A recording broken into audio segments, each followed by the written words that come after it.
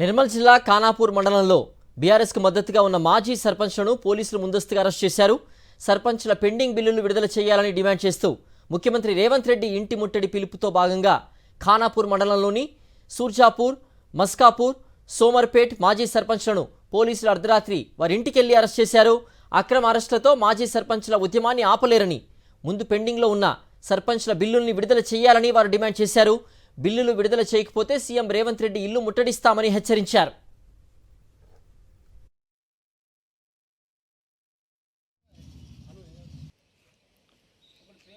నిర్మల్ జిల్లా ఖానాపూర్ మండలంలో బీఆర్ఎస్కు మద్దతుగా ఉన్న మాజీ సర్పంచ్లను పోలీసులు ముందస్తుగా అరెస్ట్ చేశారు.